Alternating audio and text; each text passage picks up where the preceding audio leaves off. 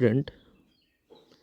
तो आज की इस लेक्चर में हम इनकम्प्लीट डोमिनेंट के बारे में बात करेंगे, जो कि मेंडल का लॉ था ना, लॉ ऑफ डोमिनेंस, उसका एक्सेप्शन है ये।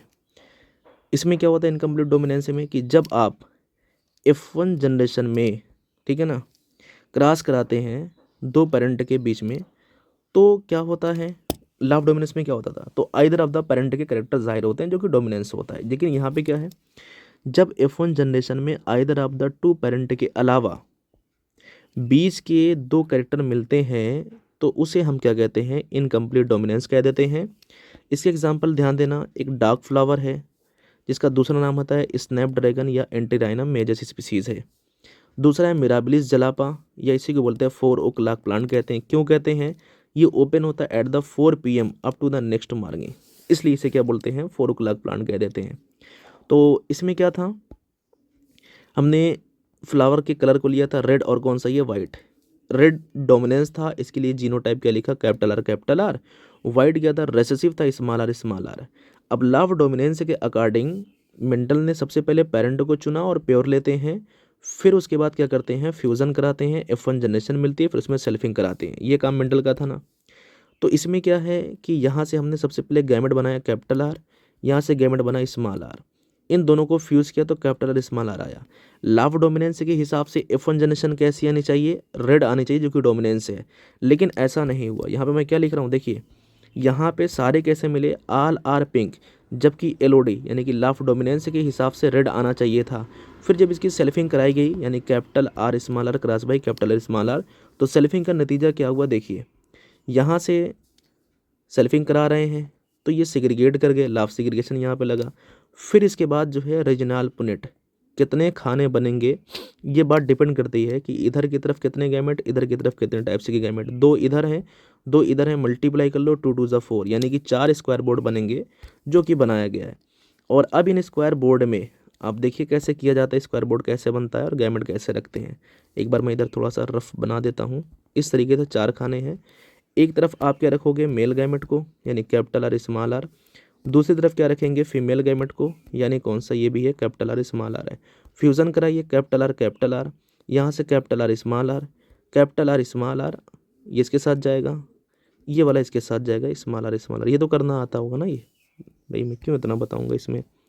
तो इसमें फिर क्या हुआ कि ये तो रेड नज़र आएगा, एक मिनट, ये वाला कैसा था, ये रेड था, ये भी कैसा आया, रेड आया। डोमिनेंस के हिसाब से रेड रहेगा, लेकिन इनकम्प्लीट डोमिनेंस में ये रेड ना बन के कैसा बन गया, ये तो पिंक बना। ये कैसा बना, पिंक बना। ये भी कैसा बना, पिंक बना। और ये कैसा बना, वाइट बना। ये वाला कैसा है, वाइट आया, ठीक है ना।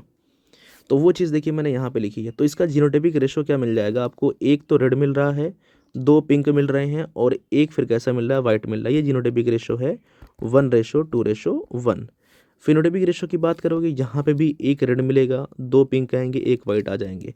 तो यहाँ पे जीनोटाइपिक एंड फिनोटाइपिक रेशो क्या होता है, सेम होता है। चीज़ ध्यान दीजिएगा। इसे न्यूमेरिकल क्वेश्चन भी बनते हैं कि हमने 1600 प्लांट बना लिए, तो बताइए कि कैपिटल आर स्मॉल आर वाले कितने जीनोटाइप होंगे। तो हम जानते हैं कि 4 में से 2 बनता है, तो 1600 में से आप निकाल सकते हो कैलकुलेट करके। ये बेसिक सी यूनिटरी मेथड लगा के आप निकाल लेना, इसको कोई दिक्कत नहीं है। अब सवाल इस बात का है, जो कि इम्पोर्टेंट हेडिंग है, कंसेप्ट ऑफ डोमिनेंस। अक्सर लोग इस लाइन को समझ नहीं पाते कि क्या कहना चाह रही है। मैं बता रहा हूँ कि जो डोमिनेंस है उसके पीछे का कंसेप्ट क्या है, और क्या वजह थी कि डोमिनेंस के बजाय हमको क्या मिला, इनकम्प्लीट डोमिनेंस मिला। समझते हैं कंसेप्ट ऑफ डोमिनेंस क्या है, पहले ये समझिए। थोड़ा सा कलर चेंज कर दें।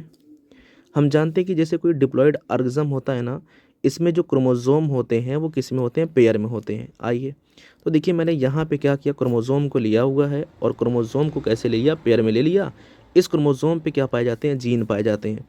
जीन अपने आप को क्या करता है, ट्रांसक्रिप्ट करके क्या बना लेता है, ट्रांसक्रिप्शन से RNA बनता है, फिर RNA के ट्रांसलेशन से क्या बन जाती है, प्रोटीन।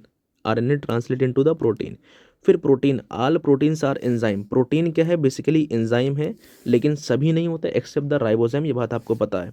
और ये जो एंजाइम होता है, एंजाइम, कोई भी एंजाइम क्या होता है, इसमें कोई सबस्ट्रेट जाके बैठता है, तो यहाँ पे एंजाइम एंड सबस्ट्रेट की रिएक्शन होती है, फिर फाइनली आपको क्या मिलता है, प्रोडक्ट मिलता है। फिर जैसा आपके पास एंजाइम होगा, वैसी रिएक्शन होगी, वैसा आपको प्रोडक्ट देखने को मिलेगा। ये बेसिक सी बातें क्लियर है।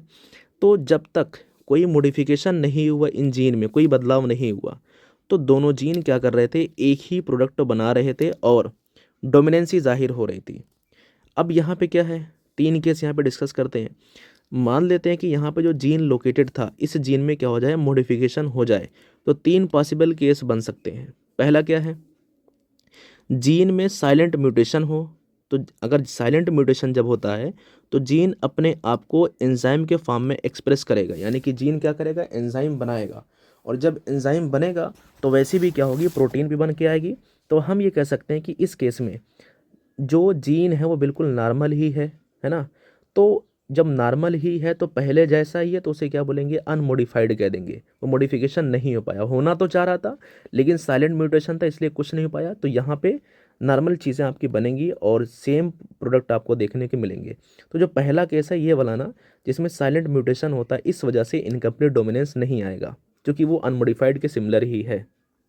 दूसरा केस क्या होगा, जब यहाँ पे मॉडिफाइड जीन आपको देखने को मिला तो इसमें क्या हुआ कि मॉडिफिकेशन से ऐसा एंजाइम प्रोड्यूस होने लग गया जो नॉन फंक्शनल हो गया। अब एंजाइम कैसा हो गया, नॉन फंक्शनल हो गया।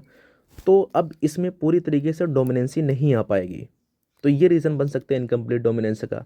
तीसरा केस क्या हो कि मॉडिफिकेशन ऐसा हो कि जीन ही खराब हो जाए, जीन ही डिस्ट्रॉय हो जाए। तो जब जीन डिस्ट्रॉय कर जाएगा तो कोई एंजाइम ही नहीं आएगा, नो एंजाइम एट ऑल। तो हम ये बात कह सकते हैं कि जो दूसरा एंड तीसरा केस है, यानी कि कौन सा, जहाँ पे मॉडिफिकेशन हुआ था, और तीसरा केस है जहाँ पे जीन ही खराब हो गया, तो ये दूसरा और तीसरा केस बन सकता है किस चीज़ का, इनकम्प्लीट डोमिनेंस का। तो अगर कोई चीज़ इनकम्प्लीट डोमिनेंस है तो उसके पीछे क्या वजह है, कहीं ना कहीं म्यूटेशन है, मॉडिफिकेशन है, ठीक है। और एक ऐसा मॉडिफिकेशन जहाँ पे नॉन फंक्शनल एंजाइम बन जाता है और इसमें कंप्लीट डोमिनेंसी नहीं आएगी। और तीसरा क्या होता है, ऐसा मॉडिफिकेशन हो कि पूरा जीन ही खराब हो जाए। तो जब जीन खराब हो जाएगा तो वो अपने पहले वाले केस की तरह, इसकी तरह तो नहीं हो पाएगा ना, या इसकी तरह एंजाइम तो नहीं बना पाएगा ना। जब इसकी तरह एंजाइम नहीं बनेगा तो प्रोडक्ट भी पहले जैसा नहीं आ पाएगा। तो जो पहला केस था इसमें साइलेंट म्यूटेशन था, ये बिल्कुल अपने पहले वाले की तरह था, इसलिए इसे अनमोडिफाइड बोला गया। बाकी दूसरे और तीसरे कौन से कहलेंगे, ये मॉडिफाइड हो गए हैं, ये कौन से हो गए, ये मॉडिफाइड हो गए। और इन्हीं दो की वजह से ही क्या आता है, इनकम्प्लीट डोमिनेंस देखने को मिल सकता है। ये था कंसेप्ट ऑफ डोमिनेंस जो मैंने आपको समझा दिया। इंपॉर्टेंट है, एक बार जाके आप एनसीईआरटी की लाइन की रीडिंग ज़रूर करना इसमें, ठीक है। और इसके बाद के लेक्चर में मैंने अभी आपका क्या किया, लॉज ऑफ डोमिनेंस का एक एक्सेप्शन पढ़ाया, कौन सा, लॉज ऑफ डोमिनेंस का एक एक्सेप्शन पढ़ाया, कौन सा, इनकम्प्लीट डोमिनेंस। दूसरा एक्सेप्शन भी है जिसे हम लोग क्या बोलते हैं, कोडोमिनेंस, जिसको मैं नेक्स्ट वीडियो में आपसे बात करूंगा, ठीक है।